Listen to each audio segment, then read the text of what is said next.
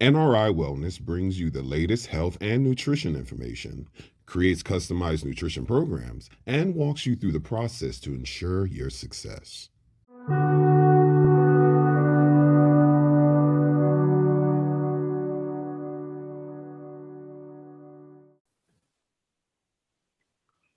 Good morning, good evening, good afternoon, good night, wherever you are in the world. And welcome to the 10 Dimensions of Wellness. And we have another incredible host this week. Another incredible guest this week. Of course, we have an incredible host. I'm an incredible host. But this is something unique and special for us. This is our first occupational wellness guest.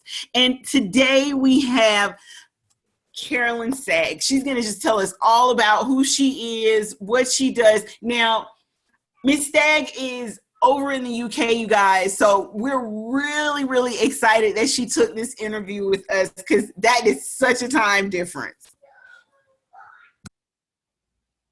So, Miss Stagg, tell us, who are you? What's your message? And what's your role in occupational wellness?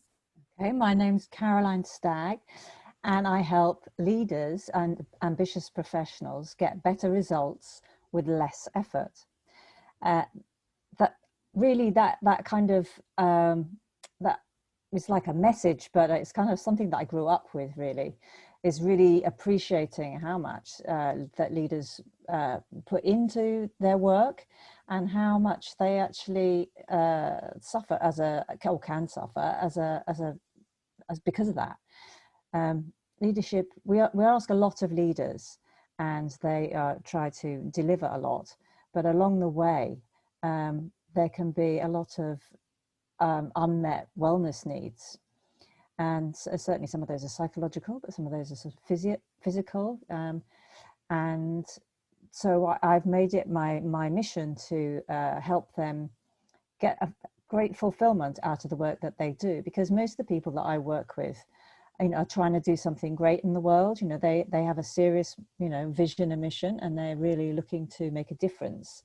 And so if we can't help those people also be fulfilled in their lives and healthy and active and enjoy them, then it just seems like that's an unfair balance, right? Because if those are the people that really are bringing about change and making things good for us, then they should be treated well, or that they should have time for themselves as well, because that's a constant drain.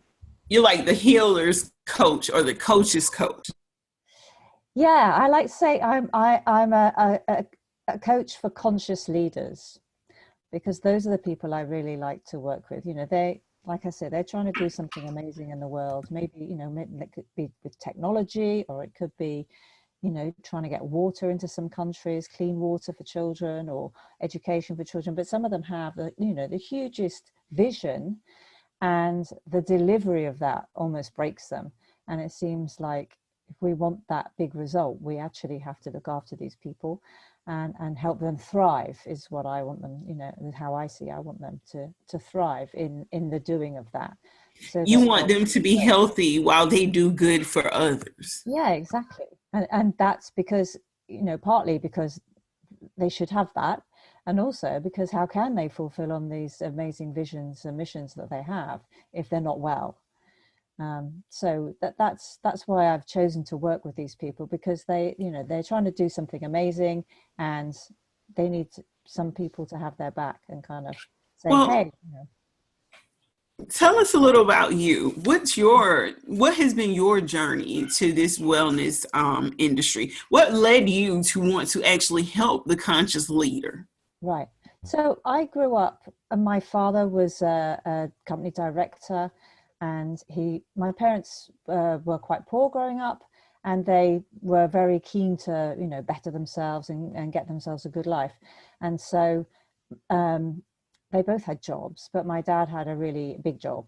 He was a design engineer, and he was, making all sorts of amazing things. And he was really driven, and he would leave the house, like 6:45 in the morning, and he wouldn't get back until like 7:45 at night. And quite often he would drive up the driveway and fall asleep in the car. And my mum would say, go and get him to come in and eat his dinner, and I'd have to go and like wake him up, get him to come in. And and you know, obviously their relationship suffered from it. My dad had, you know, he didn't sleep well, he had a bad back. These are things that are so common to people in leadership positions, you know, not being able to sleep, having a bad back, maybe drinking to kind of soothe that in the evening before you go to bed, or, you know, never doing any exercise, eating what's available rather than what's good for you, all of that stuff. My dad had such a bad back, he would go to the doctor on Friday night, and the doctor was also a chiropractor, and he would, like, you know, roll my dad up and go bam, you know, and put his back for him, and my dad would come home, and then you know, the next Friday he'd go back and the guy would just push it back into place again. And when you think about that now, it's just crazy, right?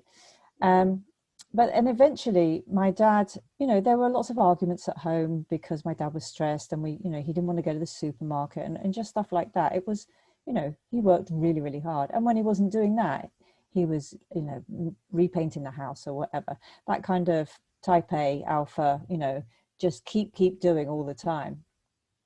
And then one day he came home and said that he'd been falling asleep at work, and we didn't know why, or you know, particularly do anything about it at the time. But then it turned out he was actually really sick, and he had leukemia.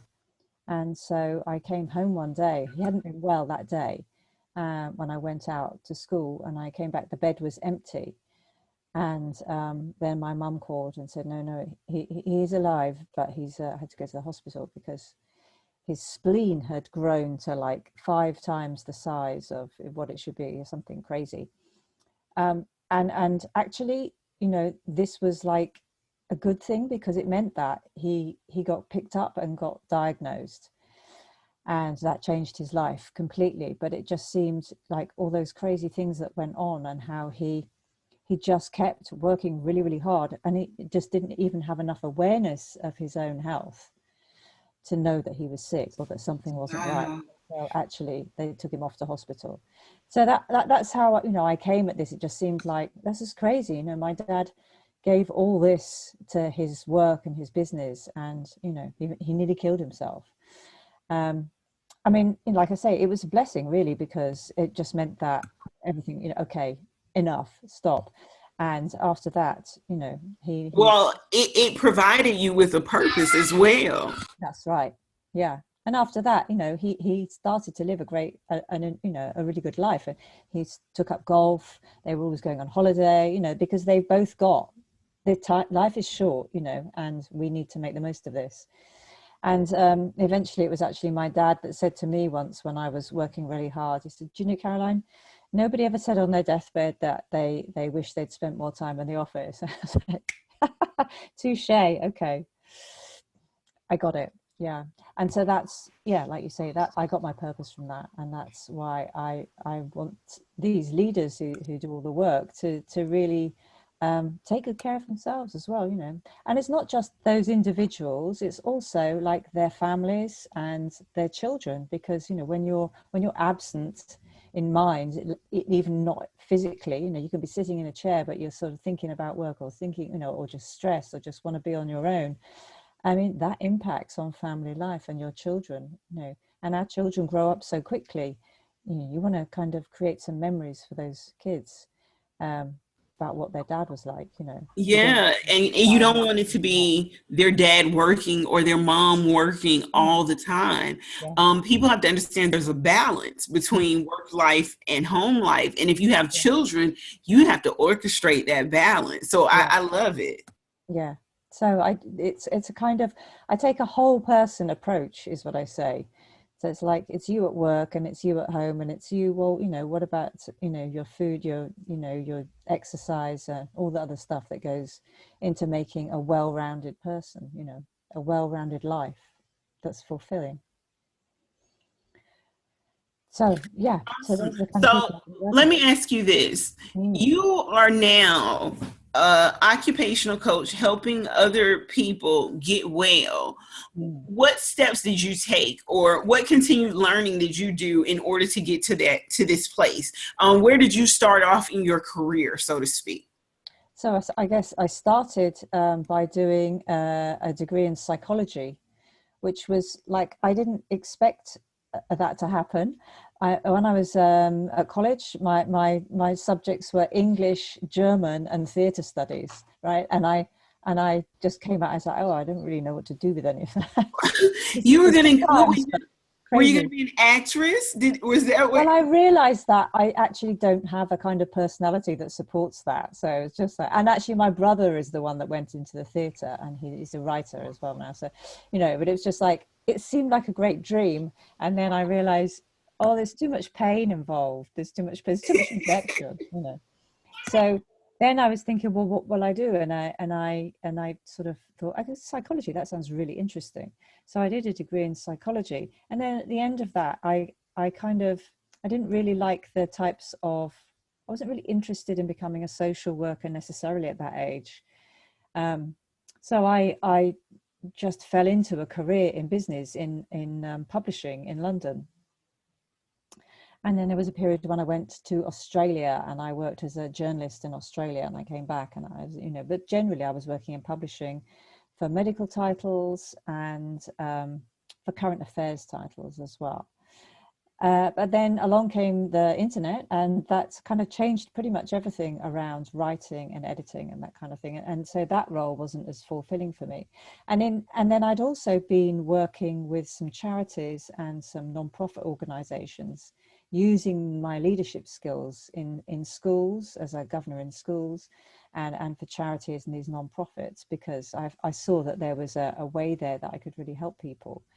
So I had developed, you know, quite a wide range of business skills from performing all those different roles and supporting other people.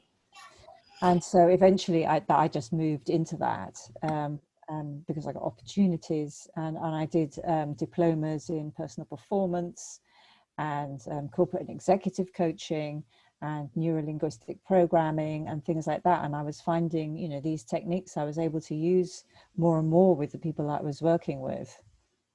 And so then I kind of switched, to, you know, just to use that to the sort of coaching and wellness aspect, for, you know, to make that the whole of my business. So do you mainly work with businesses or just individual people? It is a mixture, and it's a mixture that I love, really. So sometimes I get asked by businesses to come in and maybe coach someone who's struggling at work, or maybe they are new in a role, or they are a valuable member of the staff, but they need some support around some issues. And then quite often I just, people come to me personally to say, you know, I really want to get to the next level, but I just, you know, I don't know how to, what I'm doing isn't enough, and that kind of thing. So then I can start exploring that stuff with them and help them to develop a career in leadership right from the ground. You know, sometimes those people are quite young and sometimes they're in middle age, but it's that having that, okay, let's look at how you're going to do this, and you're going to do it so that you love it, as opposed to let's look at how you're going to do this and just survive. I'm sort of like thriving, not surviving. Okay, I get that. And that's actually the message we teach in every facet of wellness, how to thrive and not to just survive. Yeah. So tell me a little bit more about how you actually, I guess we've figured out your purpose. We've heard where you came from with this, what actually inspired you to do this.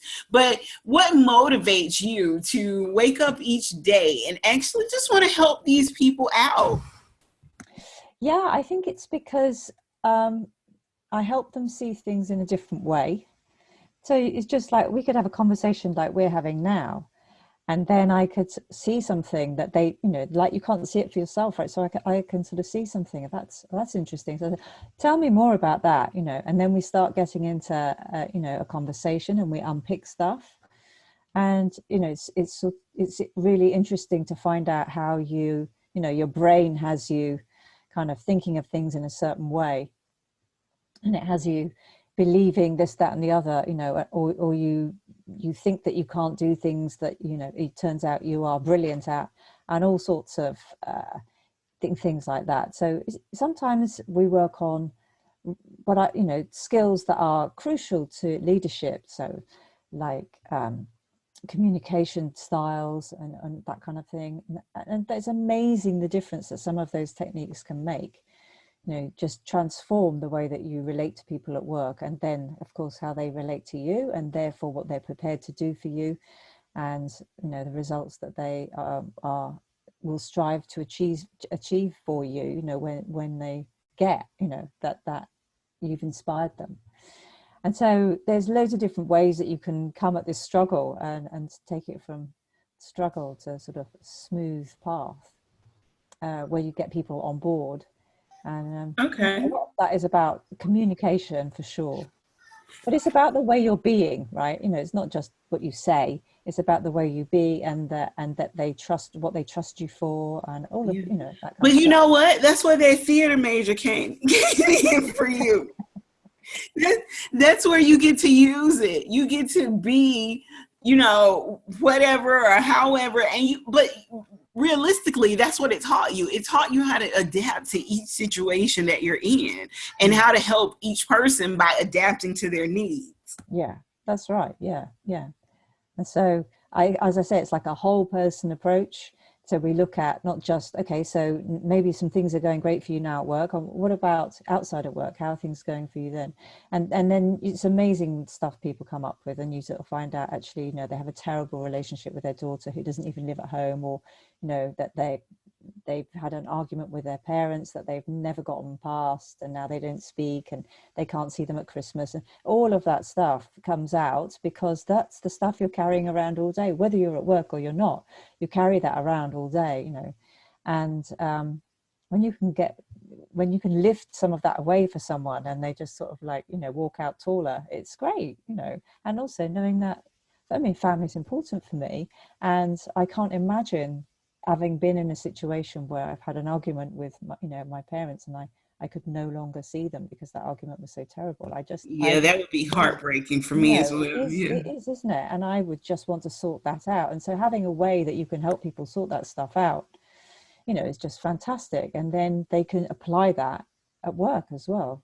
When they have a conversation that's difficult, they have techniques that they learn that they can use to get past this stuff and make things work.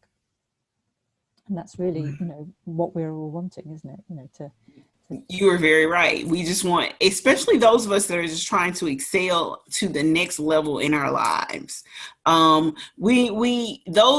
you find that a lot in your career, people unable to move forward with what they have going on simply because there's something stagnant in their mental, something stagnant in their past, something that they just refuse to let go of. Yeah. And that's actually across all facets of wellness. So I get you there. Yeah. If you want to be seen, you have to stop being invisible to opportunity. I'm Kay Henry, licensed mental health counselor and host of Black Therapy Uncensored. Your prescription of positivity starts here. So Caroline, tell me, what are some of the biggest challenges that you face with your coaching practice, and how have you overcome those things?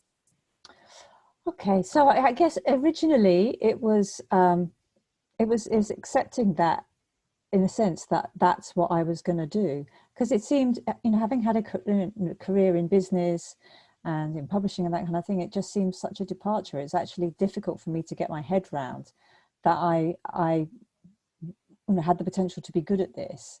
And so in the beginning, it was a struggle, and I'm quite an introverted person. I can be.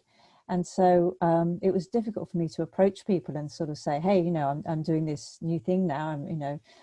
Can I, maybe I can help you. Perhaps, you'd like to sort of try out what I'm doing and that kind of thing. So I think I had a kind of reticence to put myself out there. Yeah. And I know I'm not alone in that, but yeah, it was a struggle at the beginning for me to put myself out there. Well, no, you are not alone in that at all. I think we all, especially when it comes to teaching and coaching and leading other people, you often ask yourself, oh my God, is this the right thing for me to be doing? Am I the right person to be doing this? So you are not alone. And also, I think I grew up, in my family, it was quite, you weren't supposed to show off or anything. So it was sort of double difficult for me. And, to put myself out on, something like Facebook, if I put out a post, I would kind of worry, oh, well, what if my friends are horrible about it and that kind of thing. So there was a lot of that there for me. But, I was able to push ahead. And in developing my business, I think there's a lot to learn. It's like you think, oh, you want to be this, coach for people, for leadership, and help all these people in leaders, but it isn't. There's a lot of other stuff you have to do when you do this work. Of course, you have to sell yourself. You have to write in an engaging way. You have to do social media. You have to be going out and networking, and there's a lot of other things that you didn't kind of think you signed up for. Sitting there one-to-one with someone in a room and just having an amazing conversation that changes their life, that's the easy bit. The rest of it can be quite tough. So let me ask you this, that now that you brought that up, tell me about a client that you actually touched your heart and changed the way you practiced. Yeah, actually, there's one of my very first clients was one that kind of blew my mind and just it filled me with so much excitement for the potential in that business. She was totally stuck, essentially, and it was like a friend of hers that put her in touch with me saying, you need to go and see someone, and I've met this person at a networking thing. And she put me in touch, and she was literally stuck. She was working like 2 days a week in a job she hated, and pressure from her family. Her family were really academic, and they didn't live in the UK. They lived in, I can't remember, but it was miles and a different continent. And so she felt that she was letting people down. But what she really wanted to do was be an artist. That's what I dug into. I mean, she didn't say that to me. It was only by using techniques and kind of asking her, how, when she was, of what the kind of life that she wanted to look back on and things like that. So I kind of had to go in sideways in lots of different ways to kind of establish with her that actually what she really wanted was to be an artist and to grow a community of artists. But that, to her, it was just like, that was an impossible thing for her to be able to do, she felt, because of what her family would think. So that was quite a lot to push past. But when she did do it, the last time I saw her was when I went to her exhibition, and her work is amazing. That's what I was going to ask. How did it turn out for her? But she did really, really well. Yeah. And did her family accept her for that? Yes, because once she started to actually have success, of course, they were delighted. And there was a sort of element that was just in her head. But also there was a real sort of pushback from her family. But of course, once she had a few successes, I think they sort of thought, okay, go for it then, yeah. Just like any normal family, because they know that that area in that industry is such a wide, and everybody wants to be an artist and everybody wants to do this. So I think it's more of a fear factor that we teach with our kids more than anything. Instead of telling them, these are the realistic views of this. Yes, you can be an artist. Yes, you can go out there and draw it, but there's also a downside to it. There's a side where you might not make any money for an extended period of time. But if this is what you're passionate about, if you're really good at it and you continue to practice, then you'll be excellent at it and moving forward. But I think we get so bogged down into society that we teach that fear to our kids as a way of, no, don't do this because that's not going to work for you.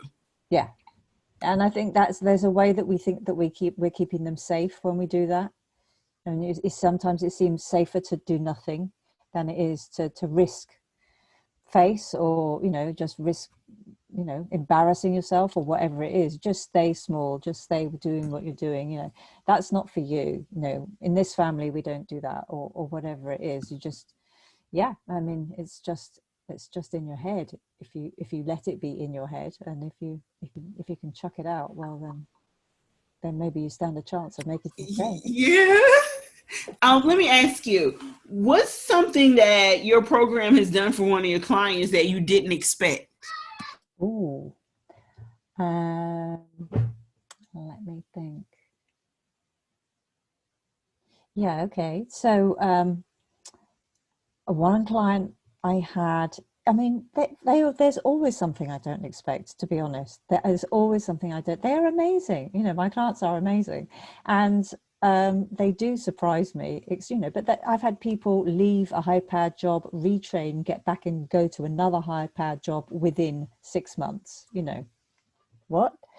That kind of thing. People who, and it's not just about the work, people who've completely transformed their life, their relationship with their wife, who end up going out dancing several nights a week. They do up the house, do sorts of crazy designs, get into cooking, start going to the gym every day, and just completely change their life. When I met them, they were, overweight and fed up, and then by the time we ended working with each other, they'd had like so many headhunters after them, to get them to go and work with them, and they were just taking their pick of jobs. They just, would go for interviews, because we'd already had the discussion that, sometimes you just have to say no to some good things in order to be able to say yes to some great things, and to not just take something that's okay, and to understand, about where to put your energy.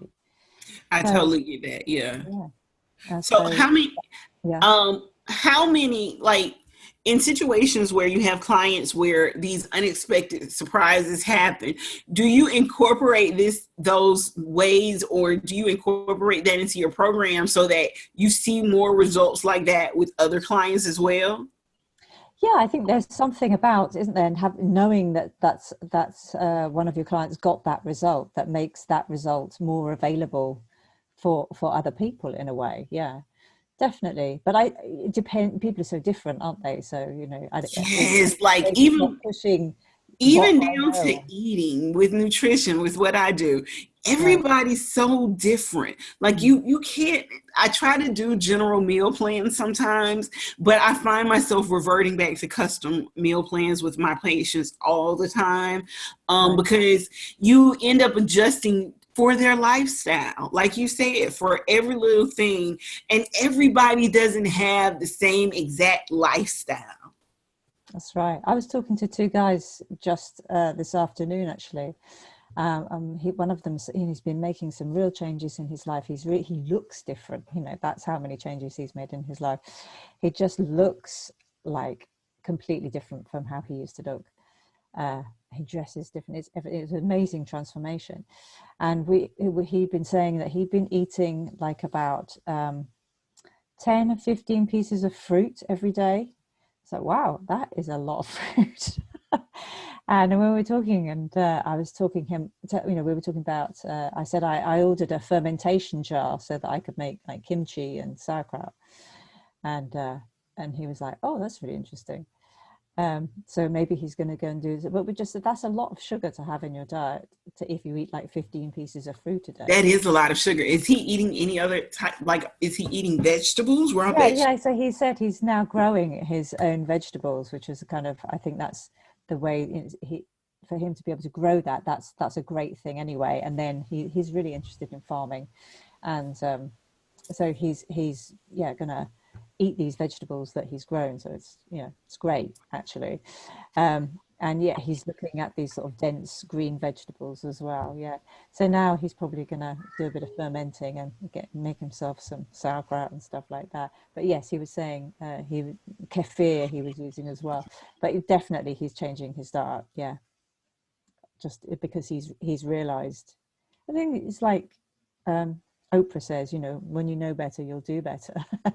Right. Yeah. I wish that actually worked. Um, Yeah, it's nice saying, isn't it? But yeah, I guess that's right. Yeah, it doesn't work for everyone, does it? Because like, no, you know that. mm, I see it a lot from this end, to be particular. I'm a nutritionist, so I can tell people everything, the truth, until I'm blue in the face. As a matter of fact, in between commercial breaks on here, what we do is we play a 2-second nutrition tip. okay. So I even give out nutrition information to people so that they can, further use it or apply it to their lives. Right. We know that people don't always use that or listen to it. They Yeah. know the information, but do they apply it? Not always. So I think that's a really interesting thing, isn't it? So you have the information and you don't apply it, but I think there's something. It's like you have to get it in a different way. You have to get it in a way that suddenly you see the reason why you would do that, and that is a motivational thing. And I think so. Sometimes it's much easier to get people when people are doing quite badly. It's easier to get them to start doing better because they're not having to you're probably not making them make as many big changes to start off with. And so sometimes they make a little change and then they start to kind of slide back, or it just stays with a little change. And a little change is better than no change, maybe. But Oh no, I'm all for small changes because I yeah, think that's how you lead to great success. keep Yeah, because if you try to do it all at once, then it becomes an issue of you start to miss things. So if you do small transitions and small changes over time, then you'll become accustomed to a different lifestyle. What I always tell my clients is, you didn't get this way overnight. It's not going to change overnight. yeah, that's a great way to do it. Yeah. So then they just keep hopefully making those small changes each time. Yeah. And gradually you get there. And some people are different. Some people like big, especially in business, some leaders like big goals. They really want to just rip through that straight away and get on with it. And all power to them if they can do that and still have well-being in their lives. I mean, the problem comes, of course, when the stress kicks in and the anxiety and the fears and all of that, and that has an impact. So yeah, it's certainly good to have support for people in that way. So let me ask you this. When you are working with a client, when you are actually doing a session, well, I'll say this. When you go talk to a group of professionals, what are you saying to them? Um, I think it depends why I've been asked to go and speak to them. Yeah. I mean, I normally tell my story. I think my story, about my dad is quite affecting. It affects a lot of people because there's so much there that resonates with them. And they sort of like start off and they're kind of thinking, yeah, yeah, yeah, yeah. And then at the point where he's falling asleep on the desk, it's like, and it's sort of like, yeah. Yeah, that's a little scary because you can imagine some of them have probably dozed off at their desk as well. That would be quite alarming if you came in and told that story and I'm like, that's me you're talking about. So, but some people, so then some people might come and speak to me afterwards and sort of, tell me more, or, but I just think, so I normally tell that story just because it's like, I'm not making this up, this is real. And if it resonates with you, or I talk about a lot of things other than that in the story. I mean, there's so many things that you can pull out that are symptoms of stress or burnout, or just, like we were talking before about relationships that don't go well, children who don't get a story at bedtime and all of that. so that normally kind of resonates. So yes, I sort of start off talking about stress and the different ways that people can experience stress, perhaps, if I'm invited in to do that, and how a break, how many breaks you take during the day, what time, the hours that you work, the food that you're eating, the exercise that you're taking or not taking, because those are, we sit at our desks for so much, it's just really bad for us, as we all know, and so how do you make those little changes in your day when you can get up or move, or what is it that you can do? Can you listen to stuff on your phone, or take phone calls while you're walking, or how can you build into your life things like that? And not just things like that, things that are really meaningful, like like taking, seeing your kids school play, or whatever it is, picking them up from football, or going and watching the match, all of it. How can you make that work so that's often I totally get that. It's the same way. It's across the board with every facet of wellness. Making your lifestyle habits and changes fit into what it is that works for you. You give a lot of people the ability to be able to actually relax and grow at work. That seems really like a lot of what you try to teach and what you try to put across to others as well. So kudos for that. NRI Wellness. We bring you the latest in health and nutrition information, create customized nutrition programs, and walk you through the process to ensure your success. This is a 2-second nutrition tip. Today's tip is give up soft drinks and opt for a healthier beverage option like herbal teas with a natural sweetener or even raw juices. At least try it one day a week. Let me know how it goes. This has been a 2-second nutrition tip.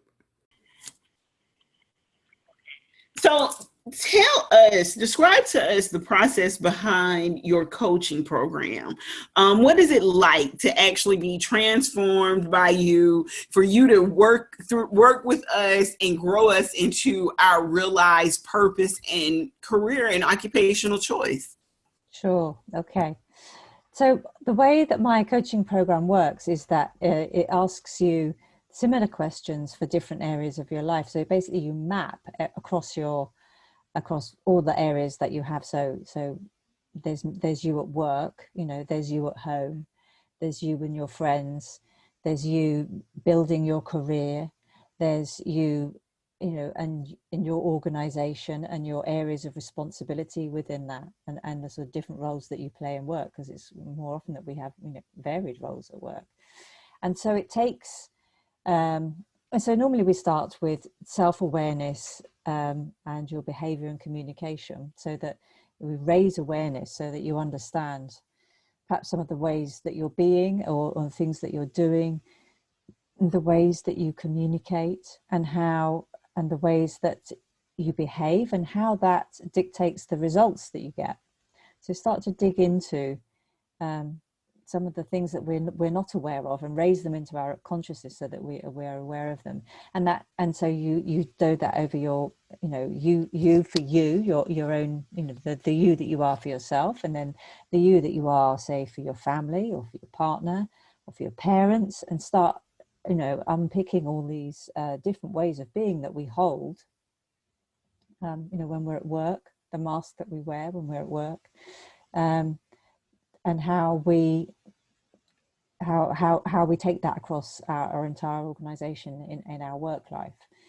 And so that the way that I use that is to help people understand, as I said, the way that they get results and the results that they get. So if you're behaving in one way, you're going to get a set of results. Yeah. Whether they're the results that you want is a different thing. And then how do other people behave, and how do they get their results? And so this opens people up to different ways of behaving and being with people and communicating, because when you start to become aware of how other people communicate and the types of situation that they tend to excel in and the types of situation that you tend to excel in, you can see that there's kind of quite a difference. Therefore, if you can make some small changes and try out some different behaviors, it's quite possible that you would get different results. So that can work really well if you're trying to build your career, for example. So we start with that. So that kind of like opens people up to, actually, maybe I'm not stuck like this. There's other ways, you know, he's doing it in a different way. She's doing it in a different way. I can learn lots from the people that are around me. Some of that might be that I learn not to do what they're doing, and some of it might be, hey, that's really cool, I'm going to take some of that on. So you just realize that there's all these different things that are available to you right now, right? And then so that's how we start. That loosens everyone up, and then we start looking at your own values and your beliefs, you know, because with the values that we have, we're, you know, not necessarily aware of, because they're just hidden from our view quite often. And so unless we actually make a conscious effort to consider what are our values, we can get in quite a tangle. You know, if we have it that work is a most important value, then we're doing our family a disservice. And, you know, at the same time, you know, if you have it that being around for your family is the most important value, then maybe it's not as easy to provide income for them in the way that you would like. And so then you're in this constant conflict and nothing in your life is working, and you're kind of trapped inside these values and beliefs that you aren't even, you know, you're not even aware of, and you don't even know how to get out. So some people have, for example, a value for success, but they also have a really strong value for avoiding failure. And as we know, you know, success isn't achievable without failure. We have to, you know, play and make mistakes and then move on. So we can dig into all of that and have a look at our values and beliefs. And largely, you know, quite often, some of our beliefs come from childhood. You know, when we're children, our brains are just like wide open, and we just absorb everything that gets said to us like a sponge. And, you know, we never doubt that.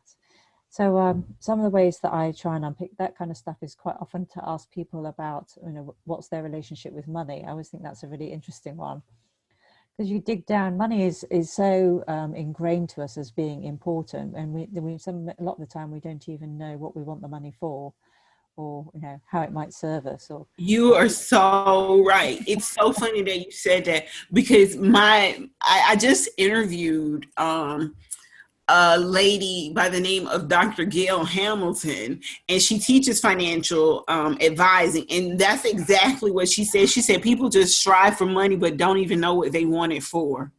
Yeah. And I would say, you know, it's like time is a much scarcer resource than money, right? Because, you know, money you can normally get eventually, you know, by hook or by crook. You know, money comes and goes.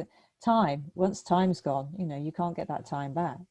So so I love to get into that, because I think it's really key to the way that you live your life. If you think that you need to have a lot of money in order to be happy, then what about, you know, I've sort of like played with people. So what about if you went on a holiday and you had, your budget was tiny, you know, what do you think would happen? And so it's like, some people go off in a tent, you know, for the weekend, and they take their rations, and then, you know, they just find out that, yeah, of course it was just really good fun, and they hardly spent anything, you know. So so there's a sort of beginning to understand that you don't need this money, in fact, to have fun or have a good life.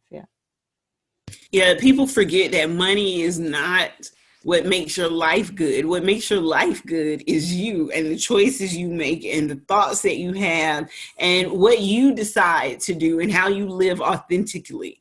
So I totally get that. So are there levels to your program? Yeah, they are. So then you've kind of worked through your self-awareness and your communication, and then you looked at your values and beliefs. And so for me, I think that's a really kind of, this is starting to have the beginning of a strong platform from which to build from. And then I get people to create a vision and mission for their life, you know, so that gets mapped across every area of your life as well. So what is your vision and your mission for maybe your home life? Okay, so what is your vision and mission for your friendships, You know, what is your vision and mission for your career? Or what is your vision and mission for your organization, or the, you know, the area that you run, or the bit that's you have most control over? And so you can start to see where your values and beliefs are in conflict in certain areas of your life, and then then you once that awareness again is raised for you, you can choose, or maybe you want to change companies. Maybe it turns out that doesn't fit with your values, the company that you're working in, or you know that it really does, and you know you want to work your way up the company to make sure that you know all that good stuff gets to come out in the end, and that the company serves its customers well, or whatever that is. And then and a lot of people that I work with are looking to step into the next leadership role as well. So we do a lot of work on what leadership looks like, you know, what it is to be a leader, and all the different ways that you can be a leader, and you know how you can start to sort of build out that persona that's going to get you to have more influence, and you know to have a wider environment and all of that kind of thing. And so again, you can map all that stuff across the sort of relationships and collaboration that you have in your life, whether that's like friends or work collaborations. And then when we're sort of looking at the sort of sharper end of leadership, you know, I say to people to define your edge. You know, what makes you stand out, what makes you different, you know, why are you different from the last person that did that job? How do you put your kind of stamp, your brand in a way on the way that you are being in that environment? What do people know you for? What do you want people to know you for? All of that kind of stuff, which is it does have a link to well-being in a way, that people see you for who you are, and what you want to bring to your role, and whether that role is like your community or your business, or you know how authentic are you being in any of those roles? You know, how solid is that? Where's the integrity, if you like? So yeah, so then you kind of define, okay, I'm going to be the one that does this, and this is sort of motivational as well. So then, because like then you know you're very clear. It's like I said before, you know, sometimes you have to say no to some good things in order to say yes to some great things, and so you can choose that bit, whatever it is going to bring you that edge. Is that's who you're going to be now. You're going to be like that, you know.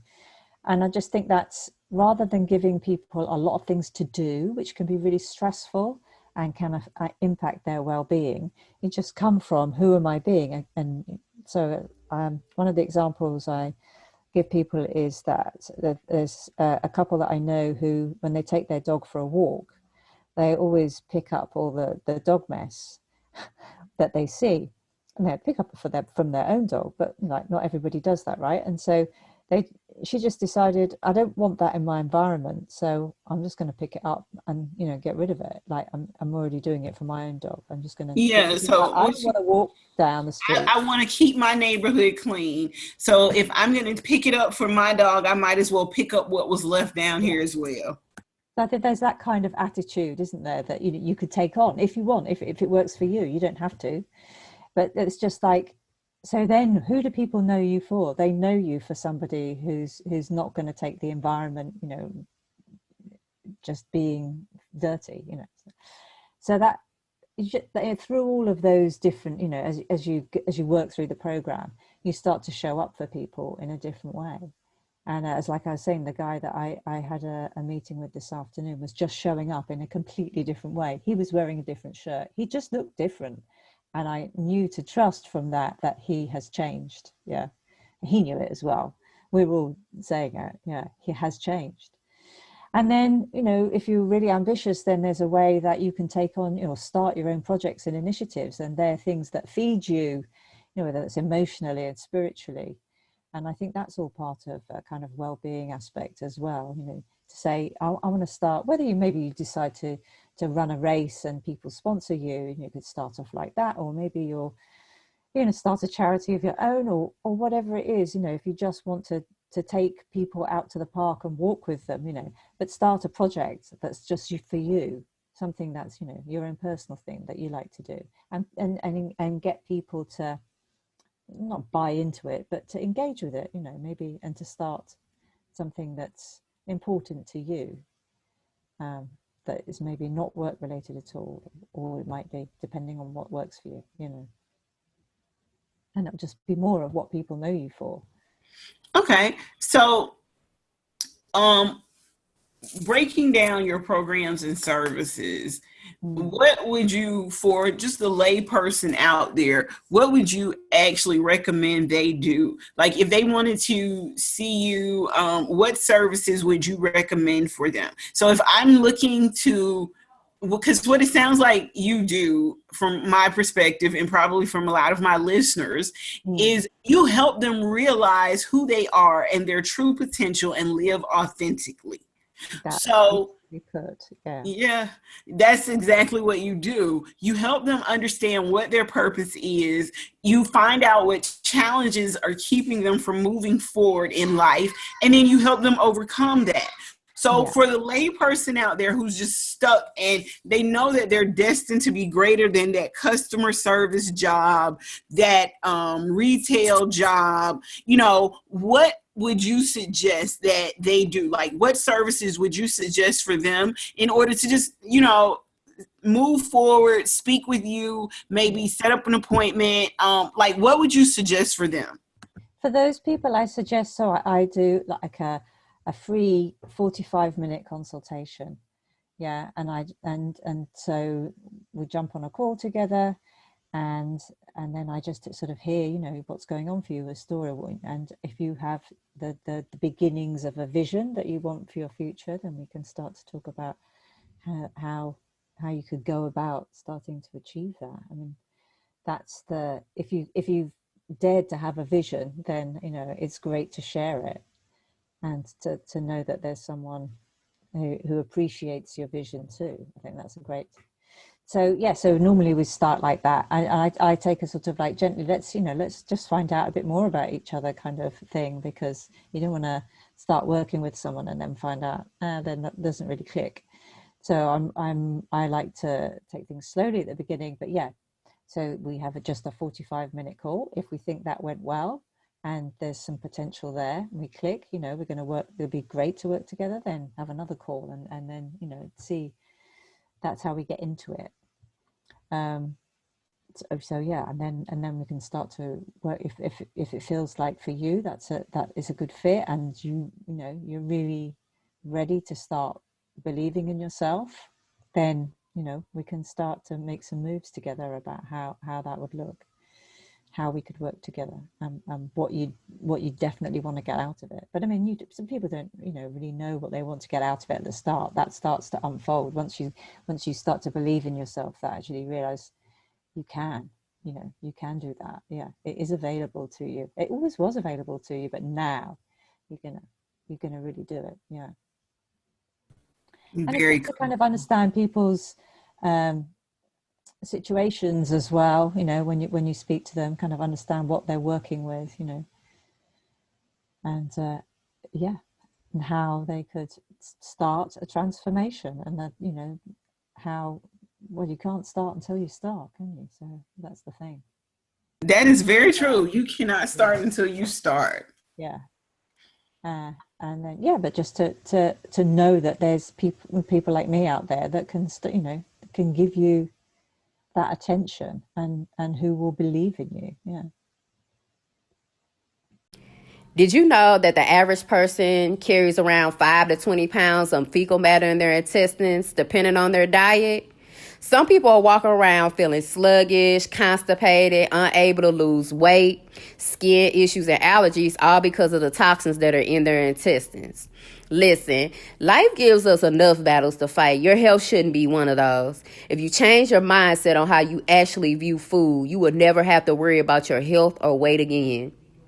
I'm Ashley, owner of She Loves Wellness. I help people transition into a healthy lifestyle. I offer tips, recipe, and supplement kits to jumpstart your lifestyle change.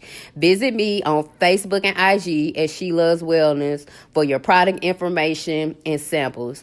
Don't forget, it's not a diet, it's a lifestyle change. Okay, Caroline. So this has been a really awesome interview. Thank you, first of all, for just being here. We're going to wrap this up a little bit. I have 4 questions that I ask all my guests. And the first question I want to ask you is, what's been the biggest failure that you've seen within this last year? And why do you think that has happened? Now, you can answer this on a personal level, on a societal level, on a global level. It's totally up to you. It's hard not to bring the pandemic into that, I think, from my perspective, especially living in the UK. Really, I think you'd be hard pressed to find many people in this country who think that our government have handled it well from this side. I mean, I think you've similar to in the US. Right? I was just getting ready to say, oh my God, wait a minute, because over here's what we're getting from over there. First of all, we've heard that we are being rejected from any EU borders, so that means that we can't travel over there. But to hear you say that you think the government over there has done exactly what we feel has happened over here is shocking to me. Yeah, I mean, it just seems to have been so badly handled. And still, you know, we're looking at schools going back now. The kids have been out of school, you know, and the whole exams this year was all a total mess. There's students not being able to get into university. Their grades were like all over the place. You know, it's just like having gone through 6 months of all that difficulty for young students to then come out like their grades have been marked down. Well, they weren't able to go to school. So what do we expect? Right. So they're failing students because they weren't able to. That's not their fault. And that's not fair to them. What are we teaching our kids? This was their plan. So they did their plan and that was the result. And then they kind of like, okay, let's go back to grading what the teachers said they had. It's like, okay, let's go back to that. The people whose opinion you asked in the first place, and then you just ignored it and went with some algorithm that wasn't even checked out and didn't work. And, you know, there's just been so much upset. And also, there's been so many deaths that there didn't need to be. Everybody can say, well, we didn't know the science and that kind of, but I just think there were poor decisions made that have Listen, we're living in the United States. This small country, like over 41,000 people have died. I know. That's a large number for that country. So, you can imagine. So I am currently in Georgia, which is number 2 in the COVID diagnoses and deaths in the United States. It was actually number 1 until I think it was this week. And we were replaced. I didn't read the full article, but I'm going back to read it after I finish this interview. Because that's what I saw. I was like, it literally, the headline says Georgia has been replaced as number 1 with the highest COVID diagnosis and deaths. So there's another state that has surpassed us, and I'm guessing it's probably either Florida or Arizona or one of those locations. But our government hasn't been handling this well at all either. So you guys are not by yourselves. We have a lot of other things going on over here as well. So you got pandemic, you have a lot of societal issues. Yeah. So I'm right there with you with how everything has been handled this year. Yeah. So my next question to you is, what do you wish you had known 10 years ago that you know now? Oh, wow. 10 years ago. I think that this is possible, that the work I do now is possible. I suppose 10 years ago, I wasn't confident enough. I didn't, there's stuff I could have done then that would leave me so much further on than I am now, having impacted so many more leaders and, so many more lives than I have, to date.